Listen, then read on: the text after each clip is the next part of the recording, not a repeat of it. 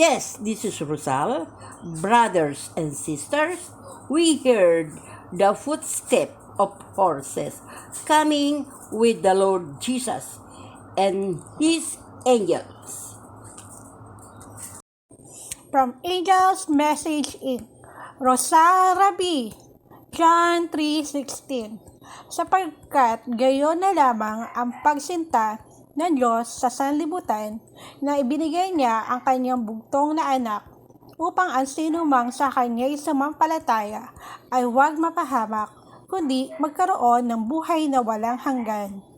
For God so loved the world that He gave His only begotten Son, that whosoever believe in Him should not perish but have everlasting life.